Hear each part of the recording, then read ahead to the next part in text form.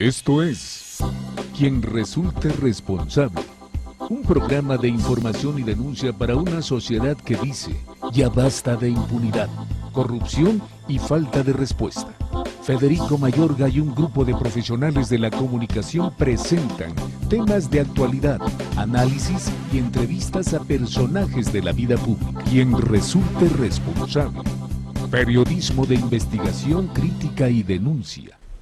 Amigos, gracias por estar con nosotros como todas las noches. Gracias a toda la gente que nos hace el honor de estar sintonizando Quien Resulte Responsable. Carlitos Félix, con el gusto de saludarte, buenas noches. Federico Mayorga, buenas noches a ti y a todo México, desde Cuernavaca a Morelos, buscando a quien resulte responsable. Así es. Pues Carlitos, yo fíjate que me quedé con mucho de lo de ayer, en cuanto a la situación de las drogas. Además te quedaste con el libro. Sí, pero es que, Carlos, no estamos preparados. Yo creo que todavía no tenemos la cultura como tal, como no fue nuestro medio. Uh-huh. Nuestro ambiente. Nuestro ambiente. Sí. Bien lo acabas de decir, el ambiente. Digo, yo no dudo que tenga muchas situaciones medicinales, pero yo pregunto, ayer precisamente, en la noche, yo me hacía la pregunta, ¿cuántos centros de atención a adicciones hay por parte del gobierno federal en buen estado, con buenos médicos, con buenas instalaciones? Uh-huh. 2, si acaso. Uh-huh. Todos los demás particulares, y si no, las granjas donde te llegan, pues te internan, te golpean, te traen durante 3 meses. Por lo mismo, porque asoleado. No está considerado como un problema de salud pública. No, pero es un problema de salud pública. Lo es, pero no está considerado. Entonces, el hecho de que legalices, que la gente sepa, hoy se habla de todos los beneficios que tiene, pues entonces todos vamos a fumar marihuana por todos los pero beneficios. Pero no necesariamente. Que tiene. Carlos, vamos, tú y yo no. Por eso. Pero tú puedes ir a una tienda de conveniencia a comprar alcohol. Carlos, puedes hacerlo, por eso, el que quiera, pero no lo haces. Carlos. Bueno, es el mismo eso, caso. El que quiera. Pero es una cuestión cultural. Sí, Carlos, pero volvemos a 2 cosas. Mira, hoy los jóvenes, lamentablemente los procesos que está viviendo nuestro país, la falta de bases, la falta de civismo, va de la mano, cuestión educativa, cultural. Esa rebelión sí, que claro, se ha creado en los jóvenes, sí. Pues es como abrir las puertas. Pero va más allá, lo decía Rubén Aguilar ayer. Carlos, pero es abrir las puertas, Yo no puedo entender, Carlos, y me declaro neófito en la materia, porque, no me he involucrado más allá, que te soy honesto, hoy quiero hacerlo, porque sí quiero tener te obliga mis puntos de vista. Es cierto, hay gente que también, Carlos, hemos visto que el alcohólico, llega un momento en que compra alcohol puro, o si hay una loción. Pero estás hablando de un caso extremo. Carlos, lamentablemente en México, en el alcoholismo está en casos extremos. Lo mismo que en el tabaquismo lo también. Mismo que en obesidad infantil. Y mira todo lo que han puesto en leyendas de las cajetillas, Carlos, sanciones. Carlos, a todas las malas vamos en primeros lugares. No te vayas más lejos. Tú puedes ir a comprar. Diabetes. Para allá iba. Tú puedes ir a comprar un refresco de 2 litros. Y no pasa nada. ¿No? Azúcar. Y tenemos primer lugar de obesidad infantil. De diabetes. Tenemos diabetes, tenemos sobrepeso, tenemos. Eso, Carlos, vamos. Entonces, tienes que crear. Es opcional. Carlos, tienes que ir de la mano con la educación. Sí, pero hoy las escuelas y los libros de texto están más preocupados por lo que es un preservativo, por lo que es un también envaso. Es importante. Un envaso. Sí, también que realmente sí, Carlos, pero también las drogas es importante porque mira, el problema de todo esto es que cuando tú estás en un grupo y quieres pertenecer a ese grupo, esos grupos ponen normas y ponen reglas. Sí, oye, pruébala. Es como el chavito que prueba el cigarro, pues. Entonces, ¿qué pasa? Vamos, los chavos, lamentablemente, hoy muchas madres trabajan, padres también trabajan, otros pues lamentablemente también nada más las madres son las que sacan los Estás hijos hablando adelante. de casos extremos, de integración familiar, pero existe. un ambiente Pero, Carlos, facilitado no para existe. eso. Mira, Carlos, ayer pero Rubén existe. Aguilar Dime, coincidió ¿existe o no con Sara existe? Snap, coincido contigo. Rubén Aguilar coincidió con Sara Snap. En México todavía no es un problema, hay un 1% de consumidores, aunque sea Carlos, preocupante. no estoy de acuerdo con eso. O sea, están las cifras. De ser un Carlos, país de paso no. nos quedamos, y gracias Yo por los creo que- comentarios. Yo creo que el país, lo que era de paso, fue en un tiempo, hoy no lo considero. Hoy ya es consumidor. Hoy Se mi cerró punto la de vista, frontera y hay hoy consumidor. es mi punto de vista, hoy es de consumo. Pero qué bueno que se abre el debate. Antes no era ni siquiera Sí, posible Carlos, debatir el sí, tema, Carlos. Pero, sí Carlos, o no a la legalización sí, de las Carlos. drogas, que fue el tema de ayer. Pero yo creo que antes de decir sí a una legalización, o sea, porque Hay un proceso, dos cosas. tiene que Esto tiene empezar, que ser un proceso socializarlo. primero de salud pública. Claro. Tiene que ser de salud Y pública. hay que empezar a En cada soltarlo. uno de los estados de la Sí. República tiene que haber Tiene clínicas que cambiar la ley perfectamente general de salud. certificadas. Sí. Con Es personal un proceso. idóneo, capacitado. Va para largo. Antes de que digas sí a la legalización. Sí. ¿De acuerdo? Que vamos, legalizada, entre comillas. Es que ya está legalizada. Por eso, legalizada Tú está. puedes tener Sí, cierta Carlos. cantidad para tu consumo. Sí, Carlos, pero la compra es ilegal. Entonces es Pero incoherente. para tu consumo, no. Carlos, en Que eso se a ver, presta Carlos, a la muchos- ley lo dijimos te dice ayer. que es un ilícito el que compres Con droga. fines de comercialización. No, señor. El que compra. Por eso, si Y- tú eres no, sorprendido Carlos. comprándola, Carlos. pero para tu consumo, Carlos, si tú es estás distinto, comprando. por una cantidad. No, Carlos. Ahí está la ley. Por eso, si eres sorprendido No, comprándola, Carlos, por eso. no en posesión. Carlos, Lo que se castiga es la vamos, con posesión a ver, con sí, fines de a ver, comercialización. No, es cierto. No. Si Con tú la posesión, adquieres, si tú la adquieres, Posesión ilegal de drogas. es compra. Y si tú dices, medio gramo es para mi consumo, no hay sanción. Momentáneamente agarran. Entonces, pero ¿cómo Espérame, lo compruebas? Carlos, te remiten a las oficinas de la Te Procuraduría siembran General de la más, República. ya lo dijimos Espérame. también. Te ponen a disposición de la Procuraduría General de la República, Sí. te hacen antidoping, Sí. tra, Sí. ya después de un término, 24, Y te criminalizan. 24 48 horas. No te tratan como eres enfermo o adicto. Vete, ¿ok? Pero ya eres detenido, Tienes que pasar por el proceso. Contraste Entonces, El digo, contraste son- con son- Estados Carlos, Unidos, donde hay para con lo que les- permisividad Carlos, con fines terapéuticos Pero, y Carlos, recreativos. sí, Carlos, Estamos pero muy lejos de eso. muy lejos. Y de Holanda y de Uruguay. No. Muy lejos A ver, todavía. pero es que, vamos, ponen a Uruguay como si fuera el guau. Uruguay No, tiene 1.450.000 habitantes. Los que tiene Morelos, más o menos. Punto. Así de sencillo. Pero es un principio. Dieron un Carlos, paso. Carlos, Aquí no se quiere ni dar pero el es paso. Pero es diferente el proceso educativo que tiene Uruguay y Estoy de que tiene acuerdo nuestro contigo. país. ¿Cuántos millones somos, Carlos? Es más complejo. Pero ahí eso. tiene que haber un punto de partida. Sí, Carlos. Tiene que haber un punto de partida. Sí, pero... Dejemos que hoy- fluya. Sí, Ya Carlos. ve que también es Estoy de recibido, acuerdo, ¿no? Mira, estoy de acuerdo que fluya, pero no tenemos hoy la cultura, no tenemos la educación para poder dar apertura. Hoy no. Bueno, gracias a todas las gentes por sus retweets, a Marta Mena, Angélica de la Peña, Yemenia, Claudia Sánchez, Promoción de Cursos, Norma Reza, Copred, Eva Uria, Ricardo Valderas, Patti Schulz, Colectivo, Patti Schulz, José Luis Duarte, Frente Cívico, Ricardo Costilla, Sofía, Ricardo, Iragorri, Yemenia Juárez, Karina, Adelina, en fin, todos, son muchísimos. En Virginia Corrales, grave, los van a poner a jugar fútbol, la situación de Cuauhtémoc Blanco que comentamos, los va a poner a jugar fútbol.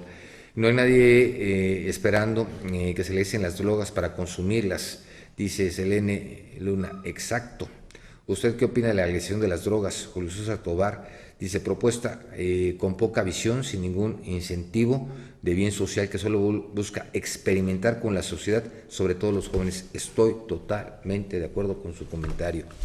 Regular las drogas es muy importante. Ignacio de la Rosa, claro, se acaba el negocio para los malos servidores públicos, para los intermediarios entre los delincuentes y los hipócritas dirigentes partidistas que se hacen de la vista gorda. Qué cómodos, quieren dinero del pueblo y de las grandes utilidades, el crimen organizado. Basta, legalicen la droga. Así lo comentamos. Heidi, idiotiza más la droga televisiva que ha mantenido al pueblo mexicano hundido. Hay más miedo del gobierno y su milicia que de los cárteles. Anónimo, Federico y Carlos, a raíz del problema que hay sobre el fideicomiso aquí en la UAS, que me quitaron las guardias, hacen checar cada 2 horas y si nos ven sentados nos grita el director palabras antisonantes. Yo me enfermé y según tenía parálisis facial, Fui a que me dieran terapia y fui a ver un otorrino y me sacaron tomografía, no salió nada, me mandaron con un neurólogo, me mandaron a hacer una resonancia magnética, no salió nada, todo es producto del estrés que tenemos, claro. El que no podemos hacer nada. La persecución del rector, no nos hacen caso, ¿qué podemos hacer? Híjole, qué pena, qué lamentable, esperemos ya la UAS ya regresó de vacaciones este lunes, esperemos ya pronto tener esto resuelto. Ana María también nos mandó un correo en el cual, su esposo estuvo en una agrupación musical y bueno, sin seguro social ni nada, después de 15 años de trabajar, los últimos 3 años fue de hostigamiento laboral con la intención de que renunciara y pues les pidió nada más 25,000 pesos después de 15 años de trabajo y pues ¿qué crees? Nada. Y lamentablemente la gente pues que le quiso ayudar no ha hecho absolutamente nada. Ana María, aquí tengo ya sus datos, no los tengo, ojalá y realmente me pueda mandar su teléfono, comunicarse con nosotros al teléfono que tiene usted en pantalla y con mucho gusto le damos el apoyo necesario y vamos a continuar. Saludos a toda la gente de la UAS, vamos a continuar con esto. Ya la Procuraduría General de la República, la semana que entra se estarán citando a diferentes funcionarios de la Universidad Autónoma de Sinaloa, ya también el juzgado de distrito ya también tiene conocimiento del procedimiento que se está haciendo, ya también el colegiado, entonces bueno, estamos en los procesos jurídicos que tienen que llevar a un buen puerto para que se terminen todas estas situaciones ilegales e injusticias. ¿Estás de acuerdo? Completamente de acuerdo. Antes de la pausa, hoy es fecha importante de efemérides, aniversario luctuoso de Marilyn Monroe, sí, eterna rubia idolatrada, sí. Que por cierto falleció por una sobredosis de barbitúricos o calmantes o lo que quiera. Hablábamos ayer, gente que toma pastillas para dormir, luego para despertar, luego para adelgazar, luego para que te quite el hambre, luego para que te dé hambre, luego para que te dé sed, luego para que te quite la sed. Y ahí están en las farmacias, con receta o sin receta. Chava Flores, también se recuerda a Salvador Flores, a Chabela Vargas, que falleció aquí en Cuernavaca, que te acordarás, el Negro Durazo, que falleció Don Arturo, en el 85, en el 2000, en Acapulco. En Acapulco, Guerrero. Ese libro de lo Negro Durazo, su Partenón en Cihuatanejo. Mira, yo te voy a decir una cosa, hay muchas cosas, y a mí digo, cada día no deja de sorprenderme, ¿no? Cómo la gente opinaba, necesitamos otro Durazo, ¿no? Ah, caray, pues es que no les tocó, ¿no? La época oscura del negro, ¿no? No, totalmente, pero la delincuencia estaba controlada, de quien tenías que cuidar de los policías. No, pues es que ellos regenteaban el asunto. Y antes de la pausa, mañana se cumplen 70 años de la bomba atómica en Hiroshima. Y en un día como hoy de 1985, uno de los bombarderos del avión se quitó la vida por la culpa que cargó durante 40 años. 70 años. Para que no se repita, no hay que olvidarlo, ¿no? Qué pena. Vamos a un corte y continuamos aquí en Quien Resulta Responsable. Tema la pobreza, transparencia y rendición de cuentas. Y está también con nosotros Valentina Garza Galvez de la Escuela de Vino Artesanal Asociación Civil. Vamos a un corte, continuamos. Ayúdenos a dar con Quien Resulte Responsable. Participe con sus comentarios en nuestro correo de voz. Síguenos en Facebook y en Twitter, @QRRTV, y en nuestro correo electrónico @hotmail.com. Regresamos a Quien Resulte Responsable. Síguenos en Facebook y Twitter. Correo electrónico @hotmail.com. Amigos, gracias por continuar con nosotros aquí en Quien Resulta Responsable. Vamos a tocar un tema distinto, un tema bonito, un poquito más amable, ¿no? A ver, Valentina Garza Galvez, Escuela de Vino Artesanal. A ver, platícanos, el vino artesanal. A ver, yo me imagino que estamos ahí todos descalzos, pisando las uvas, ¿no? Pisando las películas. Digo, bueno, en algún tiempo, así se manejaba, ¿no? Digo, todavía se maneja. Pero en algunos lugares, ¿no? En algunos lugares ya hoy son aparatos, son equipos que tratan de hacer lo mismo, pero dicen que no da el mismo sabor, que no da... pues la salecita de... No. Del pH, ¿no? No, pero vamos, dicen que si hay una diferencia...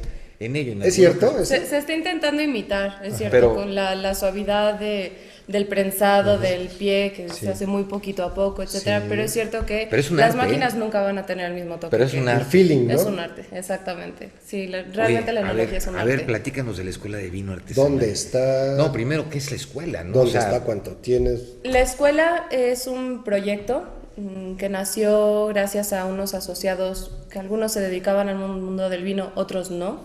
Lo que sí tenían en común es la pasión por el mundo del vino. Todos ellos decidieron inaugurar un curso de enología en el año 2011, en el cual enseñarían a los alumnos a elaborar su propio vino de forma artesanal. A través de los años se ha hecho este curso anualmente y todos los alumnos hacían su propio vino y en la última clase lo metían en una barrica, pasaba un año de crianza y terminando la crianza volvían a llamar al alumno para que viniera a embotellar, etiquetar, encorchar y llevarse sus últimas botellas de vino. Pero a ver, platícanos, porque es algo bien interesante. ¿Cómo no? Porque el poder crear, hablamos de que hay grandes industrias con grandes monopolios sobre lo que es el vino. Hoy está de moda lo que es el vino artesanal, lo que es la cerveza artesanal. Ya es algo que se está generando, que hay gente que lo está haciendo ya en casa, ¿no? Su propia cerveza, su propio vino. Efectivamente, sí. Su propio vino.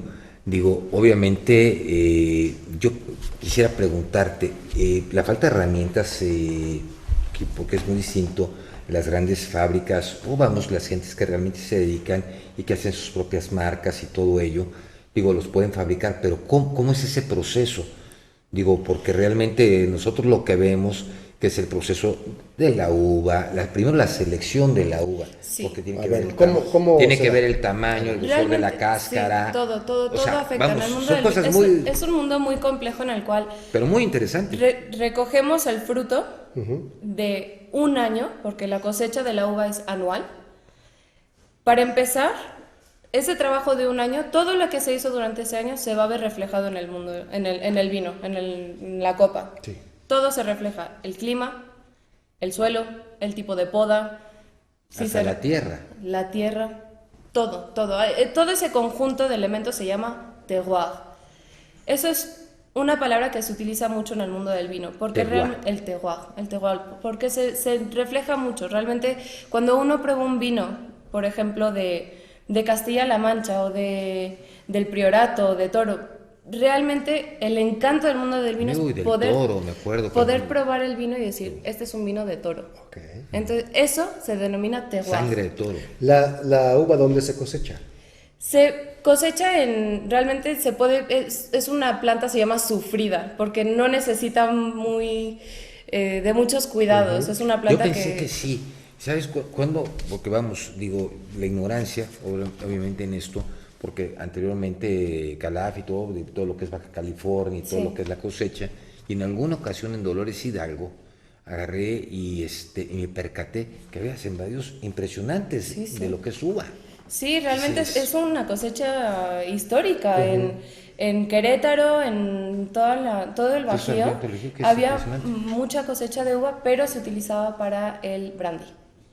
Más que para el vino, para el brandy. Sí, yo lo desconozco. Recientemente se está retomando el tema del vino y es un tema interesantísimo porque viene con todo un conjunto de elementos, por ejemplo, el enoturismo, que es el turismo del mundo del vino, que fomenta y promueve la región. Es un tipo de turismo muy sano que se puede hacer con la familia, no necesariamente es un turismo para emborracharse, sino todo lo contrario, se disfruta de un día de campo, de un día de conocer al productor, de conocer al viticultor, de conocer al enólogo, de conocer... Fíjate, en las carreteras de Alemania, Carlos, vas pobleando y vamos, en cada uno, de repente te topas cabañitas y ellos hacen su vino blanco, y ellos lo hacen, ellos propician, y es un vino delicioso. Es un mercado, es un entorno. No, pero es un vino delicioso. Y aparte no es un vino caro y con 4 o 5 grados de alcohol nada más. ¿Ah, sí? Bueno, el vino blanco alemán realmente es excelente, ¿no? Dicen que es de los mejores. Pero aquí, ¿qué producen en la EVA? Bueno, qué bonito nombre. Ahí sí voy a comentar, yo no soy afecto a ello, pero se habla, por muchos conocedores, Digo, que México está por encima de muchísimos. Se habla mucho de que el vino de Chile, no, pero que el de México es extraordinario. Les voy a contar una anécdota. Les voy a contar una anécdota. Hace 3 años fui a conocer el Valle de Guadalupe y fui a una bodega que se llama Montechanic.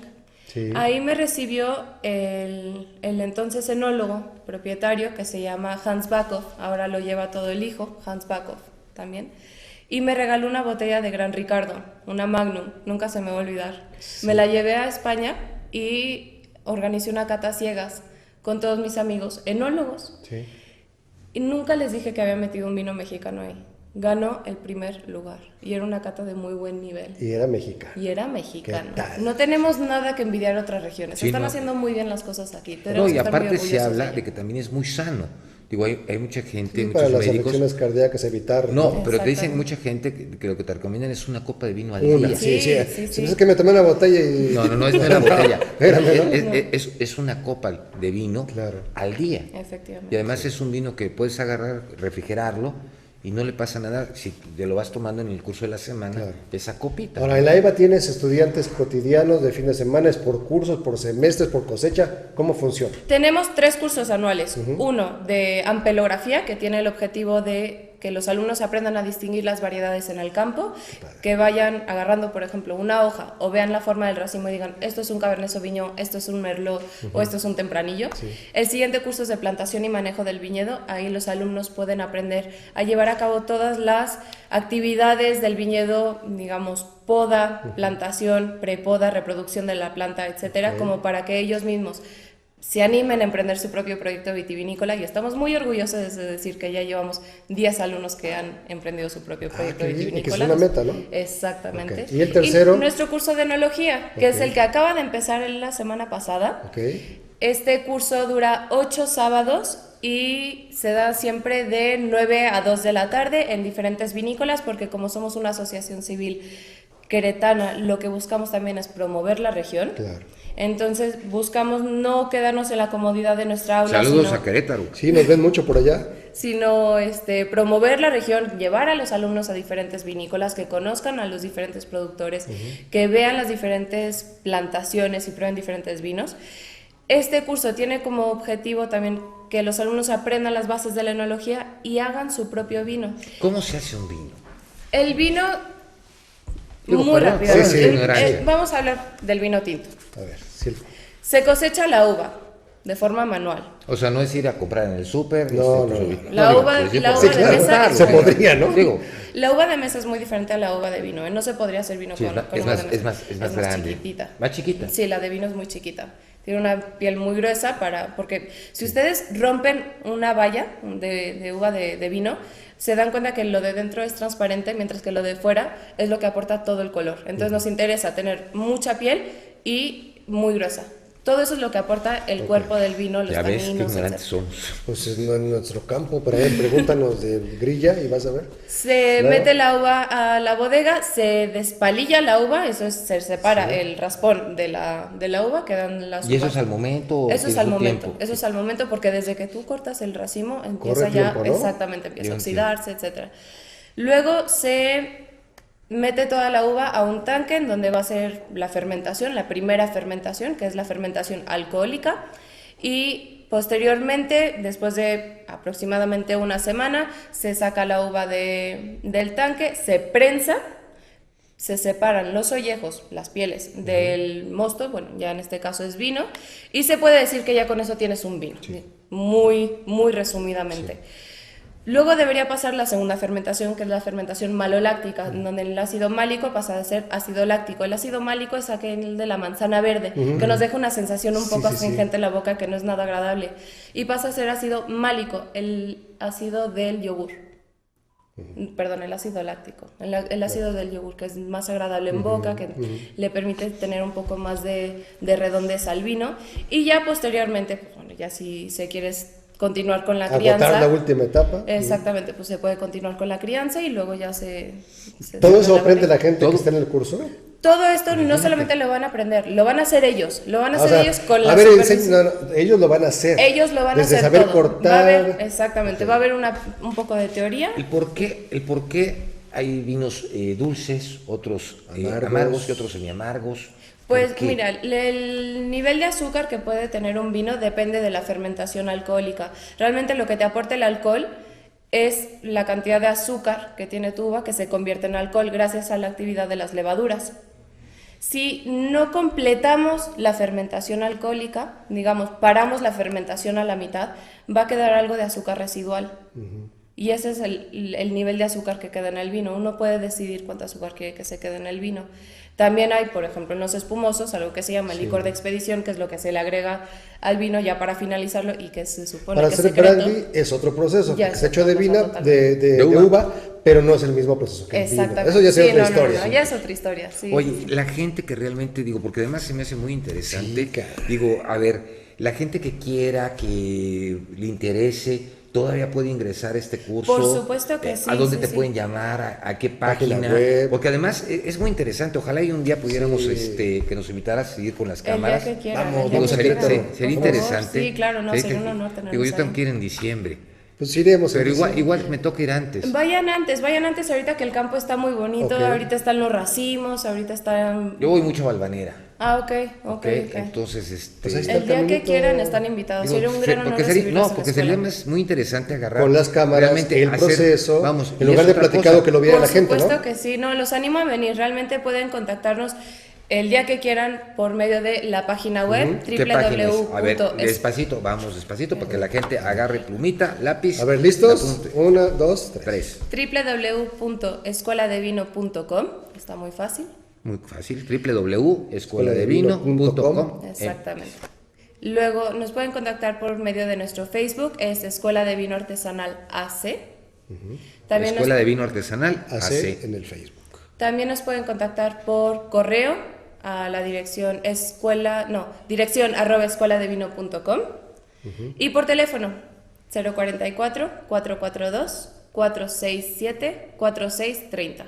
Fíjate qué interesante que hoy por hoy ya se esté tomando en cuenta, ya no estés buscando las grandes potencias y vamos, y la gente empiece con ese tipo de negocios, porque además se me hace que es una de las metas. Sí, porque además se me hace que es un negocio muy interesante. Claro. Porque mercado hay.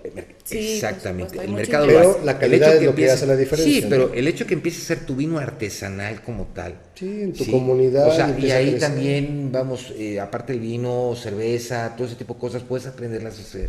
Sí, por supuesto. Bueno, realmente la escuela se enfoca nada más en el vino, pero claro, las bases de la fermentación, etcétera, todo eso lo pueden aprender con nosotros. Pueden elaborar su propio vino sin tomar el curso. Si ya tienen algo de teoría detrás, pueden elaborar su vino con nosotros sin problema. En fin, estamos ahí como un órgano de consulta para la región en cualquier tema. Por ejemplo, la gente que decide, bueno, poner ya su propia vinícola, empezar, ustedes le dan todo el asesoramiento para los permisos, porque obviamente necesitan unos permisos por los timbres fiscales, exactamente, etcétera. Sí, nosotros estamos ahí para ello, como asociación civil. Lo que nos interesa es promover la región como una región vitivinícola y que la gente se hubiera traído botellas de vino para regalarle a la No, es que tenemos que ir, entonces ya te la traes. No, para regalarle a la gente, para que vaya. Oye, la gente que se quiere inscribir, la gente que se quiere inscribir, vamos, podría haber chance de un descuentito, porque hablen por quien resulta responsable. Es que lo vimos en quien resulta responsable. Sí, ¿no? claro que sí. Podríamos ofrecerles un descuento. Como les he dicho antes, somos una asociación civil, lo que nos interesa es llenar el cupo del curso antes de cualquier cosa. Padre, ofrecemos todas las facilidades de además, pago también. Digo, qué padre, porque le estás dando la apertura a gente que realmente quiera emprender un negocio, a la gente que esté ahorita, pues que ya se haya jubilado, por ejemplo, gente que pues que quiere invertir y no sepan qué, por eso, que le dieron las gracias que tiene su lanita, en vez de agarrar e invertir en un mal negocio, tener su propio negocio. No, porque creo que es interesante. Es educación, emprendedurismo. No, y aparte es cultura, Carlos. Claro. Y hay que invertir, por ejemplo, los dueños de restaurantes, los sommeliers, siempre vale mucho la pena aprender a hacerlo prácticamente, no solamente aprenderlo en generar teoría. tu propia marca, a lo mejor tienes un restaurante, generas tu propia marca. Oye, lo ha hecho Serrat, lo ha hecho mucha gente, ¿no? Eso es, hasta los Brad Pitt y Angelina Jolie, por hasta ejemplo, ellos tienen su bodega. Entonces hay una beta comercial, social y todo. Qué padre. Pues muchísimas gracias por la invitación. Al contrario, Valentina Garza. Ya quedamos directora, además directora de la EVA. Sí, no, pues, pero de veras, qué interesante. Sí, vamos a Querétaro. Vamos a tener que ir. Están invitados, de verdad, el día que quieran me encantaría. Entonces no dejen de llamarle, por favor, y acuérdense que va a haber un descuento, entonces aprovechen. Claro que sí. Aprovechen la oferta. Vamos a un corte y continuamos aquí en Quien Resulte Responsable. Gracias por Muchísimas gracias a ustedes. Continuamos. Ayúdenos a dar con quien resulte responsable. Participe con sus comentarios en nuestro correo de voz. Síguenos en Facebook y en Twitter, @QRRTV, y en nuestro correo electrónico, quien resulte responsable, @hotmail.com. Regresamos a Quien Resulte Responsable. Síguenos en Facebook y Twitter. Correo electrónico @hotmail.com. Amigos, gracias por continuar con nosotros aquí en Quien Resulta Responsable. Bueno, ya después de las cosas positivas, que bueno que haya cosas positivas, sí, gente emprendedora, y ojalá realmente la gente busque a Valentina de la Escuela de Vino Artesanal, porque se me hace algo muy interesante y además distinto, Carlos. Sí, Valentina es nieta de Álvaro Gálvez y Fuentes, el bachiller, hombre que fue un hito en la comunicación, en el periodismo, en la locución, quien promovió la telesecundaria, quien fue embajador, un personaje, y mira, ella trae esa beta social también, ¿no? Qué bueno, ¿no? Como asociación civil. Claro. Qué interesante. Padrísimo. Interesante. Bueno, Carlos, pues seguimos lamentablemente hablando de lo que es la pobreza, transparencia y la rendición de cuentas. Se van de la mano. La pobreza sigue, digo, es lamentable lo que está sucediendo, digo, porque vemos todavía estados que por más políticas públicas y discursos, sigue igual, Carlos, sigue igual, y cada día se incrementa el número de pobres. Carlos, yo no sé, pero siento que va a haber un cambio en Sedesol a nivel nacional, lo comentamos. Yo creo que se tiene que mover otra vez todo esto, porque, digo, la pobreza cada día es mayor.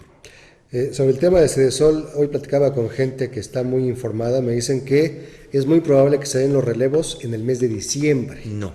Hay gente que dice que será en el mes de septiembre. Bueno, de acuerdo a comentarios veremos, que tengo, ¿no? Son en el mes de septiembre, a principios, y a más tardar, probablemente se darían anticipados a finales de agosto. Bueno, tenemos en la línea también a Ricardo Jiménez de Puebla. Ricardo, con el gusto de saludarte, a tus órdenes. Hola, muy buenas noches. Pues mira, aquí servidor Ricardo Jiménez, un saludo a tu auditorio. Vocero del Movimiento Alternativa Social, ¿verdad? De grupo perseguido en Puebla por hacer activismo. Movimiento por la Alternativa Social, es un movimiento de defensa de derechos humanos de aquí del estado de Puebla. No va a estar fácil con un gobernador como Moreno Valle, censura, ¿no? Precisamente con la censura que hay ahí con Moreno Valle.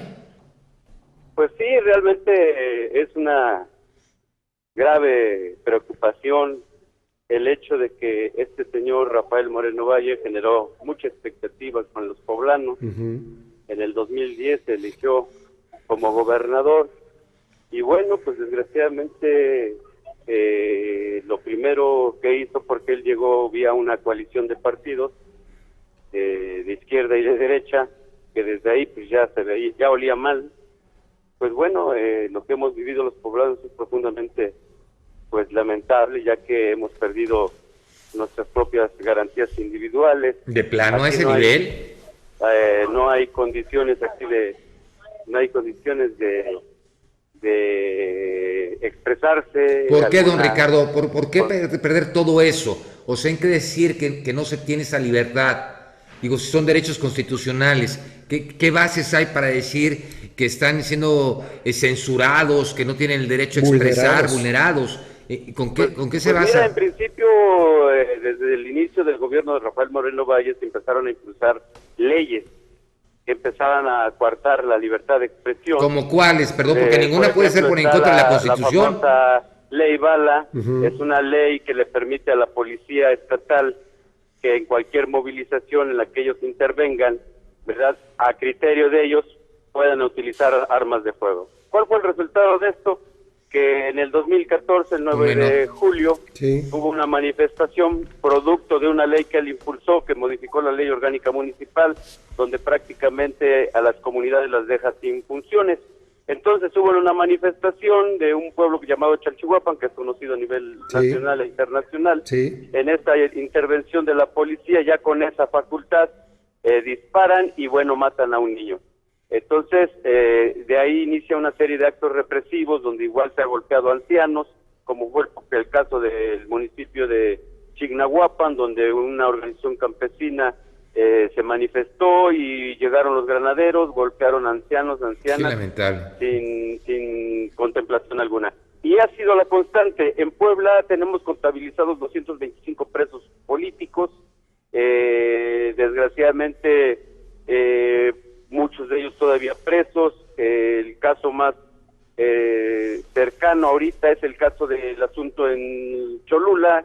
Cholula es un lugar arqueológicamente con un valor de reconocimiento pueblo mágico incluso. También es pueblo mágico. Entonces, bueno, ahí hubo un proyecto del gobernador donde se pretendía esa zona arqueológica llenar de hoteles y cadenas de transnacionales de restaurantes y tiendas de conveniencia, y bueno, pues la gente se inconformó, y bueno, hay compañeros presos por defender la zona arqueológica, presos que inclusive se les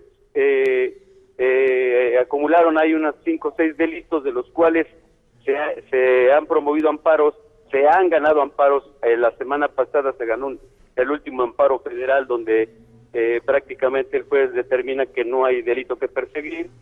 Y bueno, imagínate, la Procuraduría, vía el agente del Ministerio Público, pues ya no los ponen en libertad porque los consideran de alta peligrosidad. A ver, ¿no? A ver, eso no pueden. Digo, eso es una privación ilegal de la libertad y es un mandamiento federal, y en caso de que incumpla el director del penal en ponerlo en libertad, es un desacato y le cuesta la cárcel.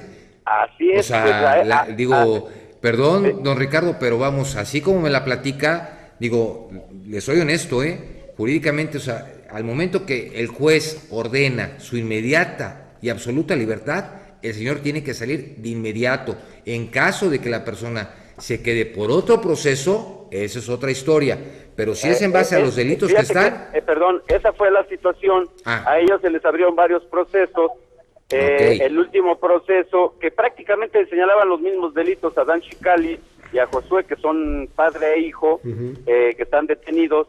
Se les promueve otro juicio que prácticamente señala los mismos delitos. Por eso no, porque también, a ver, don Ricardo, sí me gustaría que no pueden ser juzgados por el mismo delito. Don Ricardo, sí, digo, y eso es algo que marca la ley, porque también incurre el servidor público en responsabilidad. ¿Qué le ha dicho la Comisión Estatal de Derechos Humanos?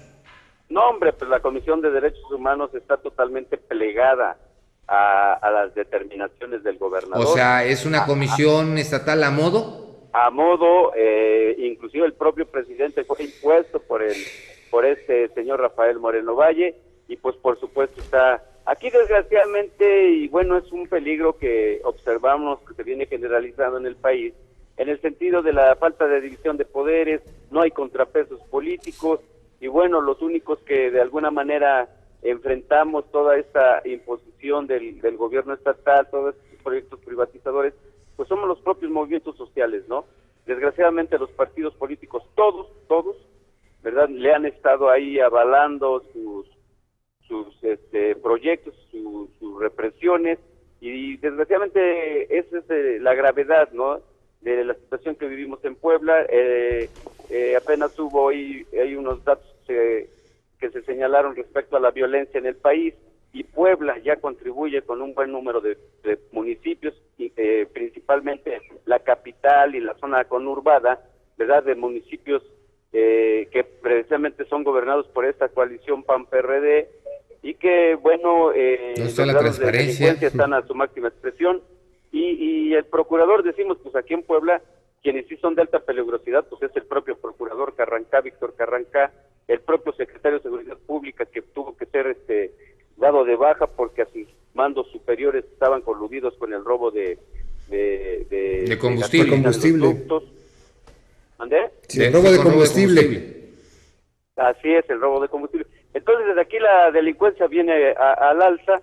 Sabemos que, por ejemplo, en el caso de Morelos, pues también padecen esa situación, y bueno, aquí en Puebla pues ya se viene dando esa escalada, y bueno, el gobernador anda más preocupado por promocionarse a nivel nacional, gastándose nuestros recursos, no, porque según él quiere ser candidato a la presidencia de la República, cosa que bueno, pues sería, imagínense, terrible. Es un dictadorzuelo, como lo hemos dicho, es un personaje. ¿Qué elementos tiene para probar todo ello? Porque esto es bien importante, porque no nada más es decir... Mire, los elementos se han puesto ante autoridades. ¿Como cuáles, don Ricardo? Hemos hecho denuncias públicas, por ejemplo, el caso de la privatización del agua, ¿no? Que también ha generado actos de violencia. La privatización del agua se hizo mediante un concurso para una licitación a modo. En la que inclusive se viola la ley, no se respeta. Y eso lo acreditamos, lo comprobamos, inclusive solicitamos a la máxima autoridad del Poder Judicial Federal para que atrajeran los asuntos, porque bueno, este señor hace todo lo... ¿Y qué dijo la Suprema Corte? Pues está en discusión, lo atrajeron, está en proceso. Es decir, nosotros no tan solo hemos hecho la manifestación como tal, no, hemos dado los procedimientos jurídicos necesarios, porque son fáciles, te puedo mencionar como 15, 20 temas aquí de graves que vivimos los poblanos y que hemos estado documentando ante el Senado de la República, Exacto, en la Cámara de Diputados, en la Comisión Nacional de Derechos Humanos. Esa es la siguiente pregunta. El Ejecutivo no funciona. ¿Qué pasa con el Poder Legislativo local, el federal y la Comisión Nacional de Derechos Humanos? El local, pues como te digo, ni para contar con él, ¿no? Sí. Ha habido, en el caso del Senado de la República, ha habido pronunciamientos. La Cámara de Diputados Federal llamó a comparecer al gobernador para que explicara la violación a los derechos humanos de los poblanos, estudiantes, campesinos, ¿no? Y bueno, el señor pues se atrevió a mandar ahí a un tercero, llegó como con 2 autobuses de gente ahí a hacer bola, y bueno, aquí bueno, lo que nosotros venimos exigiendo, y como te digo, en el propio terreno jurídico, pues inclusive hemos solicitado la propia renuncia del gobernador, pero todo documentado, la posición de la Comisión Nacional de Derechos Humanos hace 15 días declaró que no había cumplido el señor gobernador las recomendaciones que se le hicieron por el caso Chalchihuapa. Y sin embargo el señor sigue funcionando, por eso nosotros decimos, pues ¿de qué se trata? ¿Qué o quiénes están atrás de él que viola la ley, ningunea la ley federal? Última pregunta, don Ricardo. ¿Este asunto tiene que ver con el sector de la población más desprotegido o es generalizado a comerciantes, a empresarios, a industriales? Mira, él realmente no sabemos cuál es su plan, pero igual ha golpeado empresarios. Te queremos decir que, por ejemplo, en el caso de la verificación, que es un asunto de carácter ambiental, ¿no? A todos los concesionarios de la verificación vehicular les quitó la concesión, así, sin más, Él impulsó los suyos, trajo a sus empresarios. Se dice por ahí que este señor Kawashi, que sí lo has de escuchar, sí, cómo no, es el dueño de los 14 verificentros que existen actualmente en el estado de Puebla, de 80 y tantos que había. Te queremos decir que ante esta situación nosotros metimos un amparo porque el gobierno del estado fue incapaz de verificar los más de 80,000 vehículos que circulan y que después ya nos quería imponer una multa. Nosotros nos amparamos y le echamos abajo esta multa. Es decir, hemos ido avanzando muy lentamente con el asunto jurídico, pero que evidentemente pues él sigue burlando no tan solo las leyes locales, sino las propias leyes federales. Correcto, pues. Don Ricardo Jiménez, vocero del Movimiento por la Alternativa Social allí en Puebla, ánimo, o se va de candidato o se le acaba el sexenio, porque al parecer la impunidad está rampante en Puebla. Eso es lamentable, la impunidad en Puebla. Así lo concretamos el día de hoy. Efectivamente, el gobernador del estado se conduce con tal impunidad y que nos seguimos preguntando por qué el gobierno federal no ha actuado. Pero bueno, es lamentable. Pues don Ricardo, mucha suerte y aquí estamos nosotros para cualquier denuncia. Más que ánimo, nosotros estamos firmes, seguimos en la lucha, no le tenemos miedo y seguiremos organizándonos para impulsar gobiernos democráticos que respeten los derechos constitucionales de los poblanos. Perfecto. Gracias, don Ricardo. Un abrazo a toda la gente de Puebla. Un abrazo y un saludo a tu auditorio y a todos los hermanos morelenses. Desde aquí les mandamos un gran abrazo. Otro de vuelta, muchas gracias. Pide la Universidad Autónoma del Estado de Morelos a la PGR justicia por el exalumno. El rector de la Universidad Autónoma del Estado de México, Jorge Olvera, hizo un llamado a la procuradora Arely Gómez para que el caso del universitario Óscar Álvaro Montes de Oca, quien fue consignado por presuntamente trasladar 20 kilogramos de cocaína de Sudamérica a la Ciudad de México, sea revisado el asunto con apego a derecho. Él viajó a Argentina, de Argentina pasó y le cambiaron la maleta. Le cambiaron la maleta. ¿Ya ves, te acuerdas que había habido un caso? Ya sucedió. Una hermana, una religiosa y una deportista. Lo mismo sucedió. Mismo caso. Pero fíjate que, por ejemplo, en el aeropuerto de la Ciudad de México sí te dicen que tengan mucho cuidado con las maletas, pero el problema es que te hacen el cambio ya cuando la maleta ingresó. Claro. Bueno, ahí está el asunto. Vamos a la pausa. Que tiene que haber libertad ahí. Tiene que ver. Vamos a un corte, continuamos. Ayúdenos a dar con quien resulte responsable. Participe con sus comentarios en nuestro correo de voz. Síguenos en Facebook y en Twitter, @QRRTV. Y en nuestro correo electrónico, quien resulte responsable, @hotmail.com. Regresamos a quien resulte responsable. Síguenos en Facebook y Twitter. Correo electrónico quien resulte responsable @hotmail.com. Amigos, gracias por continuar con nosotros aquí en Quien Resulta Responsable. Bueno, pues seguimos con ese tema, ¿no? La pobreza, transparencia y la rendición de cuentas, que es lamentable. Es lamentable porque, pues, yo no sé qué sucede. Pero bueno, tenemos el encargado de despacho de la Secretaría de Desarrollo Social Estatal en Yucatán, el maestro Francisco Lezama. Maestro, con el gusto de saludarle, buenas noches. Hola, buenas noches, un saludo a ti, a todos los que te acompañan en el estudio y a todo tu auditorio. Gracias. Pues Francisco, preguntándote qué se está haciendo, qué va a pasar con esta situación, porque las cifras pues están pesadas, ¿eh? Bueno, a nivel estatal tenemos un muy buen comportamiento. Respecto a la medición 2012 del Coneval, puede observarse de manera muy clara que los índices de pobreza y de todas las carencias sociales en Yucatán presentan una disminución importante. Hablamos, por ejemplo, de la carencia por acceso a la alimentación, que en Yucatán tiene una reducción del 6%, es decir, 128,000 personas menos padecen esta carencia, es decir, se alimentan mejor estas personas. Tenemos una clara reducción en esos índices, pues gracias a las estrategias sumadas del Gobierno de la República, pero por supuesto también las del Gobierno del Estado, encabezado por el licenciado Rolando Zapata Bello. Sí, pero vamos, el hecho de hablar, porque hablamos de muchas cosas, ¿no? O sea, en cuanto a la pobreza, porque pobreza extrema, pobreza alimentaria. Exactamente, porque, pues vamos, ya la pobreza extrema, vamos, como bien lo comentas, Carlos, ya son diferentes, maestro. Entonces, digo, también es lamentable porque sí hay pobreza extrema en Yucatán. Por supuesto, la pobreza es un tema que nos implica muchos retos. Nuestro gobernador, al hacer la presentación de las cifras, decía que estas son cifras que tenemos que decir sin ningún tipo de triunfalismo, porque no indican de ninguna manera que el trabajo esté hecho. Sin embargo, dan claros indicios de que estamos yendo por el rumbo correcto, porque de otro modo, pues no se observaría la disminución interesante. ¿Cómo miden ustedes esa disminución? O sea, ¿cómo la miden? Pues en para realidad poder decir que realmente, no porque muchas veces se utilizan, diferentes casas encuestadoras para ir llevando cifras, datos. Es muy interesante tu pregunta y es bueno puntualizar un caso. En México, de acuerdo a la Ley General de Desarrollo Social, que opera en el país desde 2004, sí, que es federal, a la memoria, es a nivel federal y a nivel estatal el único organismo facultado para la medición de la pobreza en México es el Consejo Nacional para la Evaluación de la Política de Desarrollo Social, el Coneval. Es decir, no acudimos a ninguna casa encuestadora, no acudimos a ninguna medición subjetiva, sino que se realiza una medición que es bianual, que es externa al gobierno del Estado, que se realiza con base en cifras del INEGI. Y bueno, esos son los indicadores que nos dicen que en Yucatán los índices de pobreza absoluto, tal como se miden en la Ley General de Desarrollo Social y las diversas carencias sociales, tal como están marcadas en la propia ley y en los reglamentos que la suceden, están disminuyéndose. ¿De cuántos pobres hablamos en Yucatán?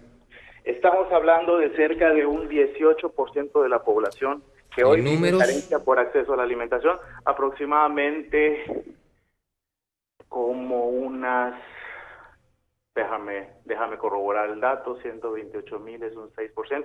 Estamos hablando de cerca de unas 300,000 personas. 300,000 personas en pobreza. ¿Y en pobreza extrema? En pobreza extrema debe ser un porcentaje similar, sí. Estás hablando de entre pobres y pobreza extrema, 600,000 habitantes. No, hablamos en porcentaje. Si quisiéramos puntualizar... es que fue la nota que dio Maestro. Perdón. Sí. Entonces, rectificamos, entonces, ¿sobre cuántos? Sí, no tengo las cifras en este momento a la mano, exactamente el número de pobreza. Si me dieras un par de minutos mientras conversamos... No te preocupes. Te rectificamos los datos para no darte ninguna información errónea. Mientras tanto, una pregunta ya casi para terminar. ¿Sí? ¿Se reconoce que hay un trabajo coordinado entre el gobierno federal y el gobierno estatal con estrategias como la Cruzada contra el Hambre, Prospera, etcétera? ¿Qué programas ha implementado el gobierno de Yucatán para apoyar este tipo de estrategias? Mira, tenemos un programa muy interesante que se llama Programa Nutricional Integral, que es un programa que nos ayuda a llevar un seguimiento nutricional de los niños de 0 a 12 años, tal como marcan los parámetros de organismos internacionales como la UNICEF.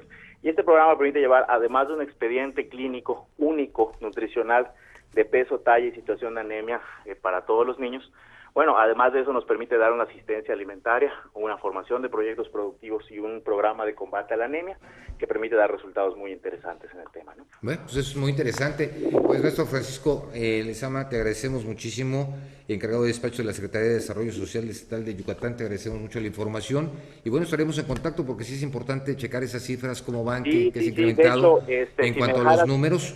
En cuanto si me dejaras algún dato de contacto, con mucho gusto. Claro que sí, se reporta contigo a producción. Por supuesto, para mostrarte con números reales cuáles son las cifras que se marcan para Claro, te agradecemos mucho. Saludos a todo Yucatán. Hasta luego. Buenas noches. El diario de Yucatán dice, aumentó la pobreza en Yucatán. Por eso.